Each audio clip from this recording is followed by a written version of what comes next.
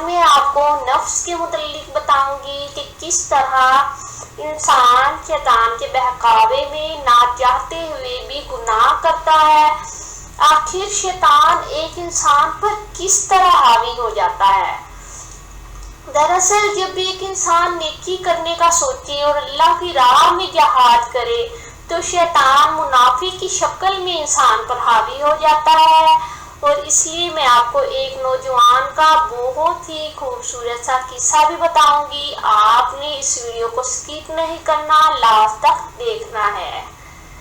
ایک نوجوان سوچتا ہے کہ میں آج سے اللہ کی مخلوق پر رحم کروں گا، اپنے ہمسایوں سے اچھا سلوک کروں گا، اپنے والدین سے اور اولاد سے محبت کے ساتھ رہوں گا۔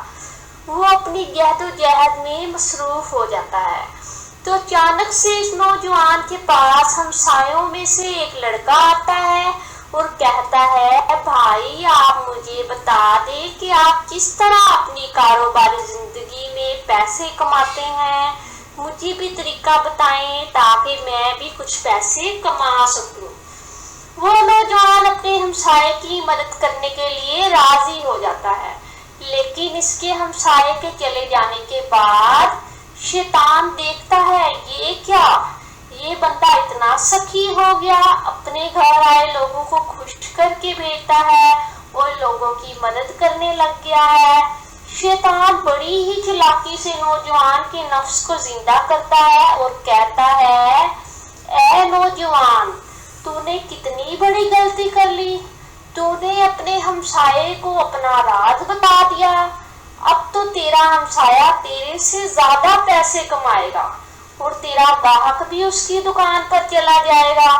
تو انسان بہت ہی زیادہ پریشان ہوتا ہے اور کہتا ہے، ہائے میں نے یہ کیا کر دیا، میں نے اپنا راز اپنے ہمسائے کو بتا دیا۔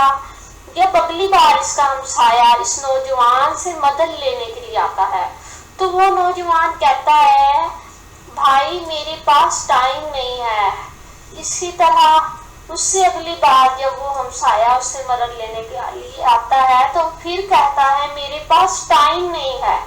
اسی طرح وہ ایک ایک کر کے تمام ہمسایوں کے دلوں میں نفرت پیدا کر دیتا ہے۔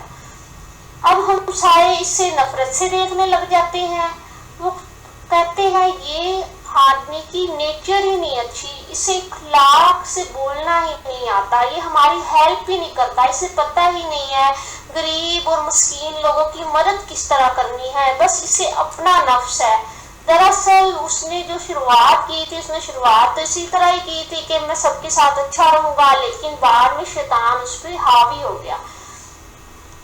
اب اس کے بعد اچانک سے نوجوان کی بہن اسے کہتی ہے کہ مجھے 10 لاکھ روپے دے دیں، تو نوجوان کہتا ہے کہ اچھا میں دیتا ہوں۔ کمرے میں جیسے ہی جاتا ہے تو نوجوان پہ شیطان دوسری بار پھر حاوی ہو جاتا ہے اور کہتا ہے، اوئے یہ کیا کر رہے ہو، یہ تمہاری ساری زندگی کی کمائی ہے اور تم اپنی بہن کو دے رہے ہو، تمہیں پتہ نہیں ہے کہ تمہاری بہن کی عادت ہے کہ وہ پیسے لے لیتی ہے اور واپس نہیں دیتی۔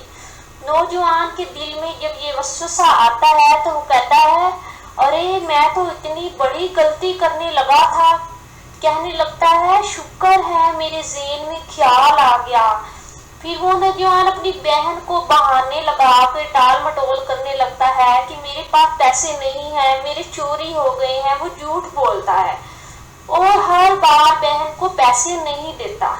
تو مجبوراً اس کی بہن اور اس کی ماں لوگوں کے گھروں میں کام کر کے پیسے کمانے پر مجبور ہو جاتی ہیں۔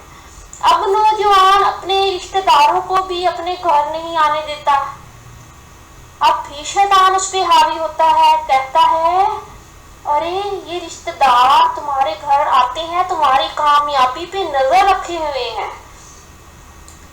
تو نوجوان کہتا ہے، میرے رشتہ دار میرے گھر نہ آیا کریں، اور جب وہ اس کے گھر آتے ہیں نوجوان منہ بناتا ہے اور ان سے اچھی طرح محبت سے بات نہیں کرتا اور اس طرح اس کے سب رشتہ دار بھی ٹوٹ جاتے ہیں۔ اسی طرح وہ اپنی بہن بھائی ہمسایوں اور رشتہ داروں میں برا بن کے رہ جاتا، صرف اور صرف لالچ میں، جب وہ پیسوں کا لالچ کرتا ہے، جب اس میں ہمدردی نہیں ہوتی، ایک دوسرے کا احساس نہیں ہوتا، کوئی غریب بہن بھائی ہے، کوئی والدین کی عزت کس طرح کرنی ہے، ہمسایوں کے حقوق کس طرح ادا کرنے ہیں، تو اچانک سے اس نوجوان کو موت آ جاتی ہے۔ تو جب یہ نوجوان مرتا ہے تو مرنے کے بعد اس کے جنازے پر بیٹھ کے تمام لوگ ایک ہی گواہی دیتے ہیں کہ یہ کسی کی مدد نہیں کرتا تھا۔ لوگوں، یہ دنیا تو فانی ہے، ہمارا ایک دوسرے کا ساتھ سلوک کیا ہوا ہی آگے جانا ہے، لیکن شیطان ہمیں یہ لالچ دیتا ہے کہ تم اپنا نفع دیکھ، ان لوگوں نے تیری مدد کی جو آج تم کر رہے ہو، یہ لوگ تو اپنا دیکھتے ہیں، تم بھی اپنا ہی دیکھو۔ اس طرح شیطان دراصل ایک دوسرے کے دماغ کے اندر بہت سی نفرت پیدا کر رہا ہے، اور وہ کہتا ہے کہ یہ لوگ برے ہیں اور تم بھی ان کی طرح برے بن جاؤ، برے کے ساتھ کبھی بھی برا نہ بنو، اگر ایک برا ہے تو آپ ان کے ساتھ اچھا کرو، ہو سکتا ہے آپ کی اچھائی دیکھتے ہوئے وہ اچھے بن جائیں۔ ان لوگوں نے تیری مدد نہیں کی ہے۔ تو دراصل شیطان کے الفاظ بار بار دہرا کے انسان کے اسپائنل کورڈ یعنی حرام مغز کو مضبوط کر دیتا ہے، جس کی وجہ سے انسان دنیا والوں کا اور آخرت میں اللہ تعالیٰ کا گناہگار بن جاتا ہے۔ یہ دنیا فانی ہے، کس نے اس دنیا میں فیض حاصل کیا جو ہم نے حاصل کرنا ہے؟ جتنے دن ہیں ہنسی خوشی سے ایک دوسرے کی مدد کرنے میں گزار دو، پتہ نہیں کل ہونی بھی ہے کہ نہیں۔ اللہ حافظ۔ امید ہے آپ کو آج کا ٹاپک اچھا لگا ہوگا۔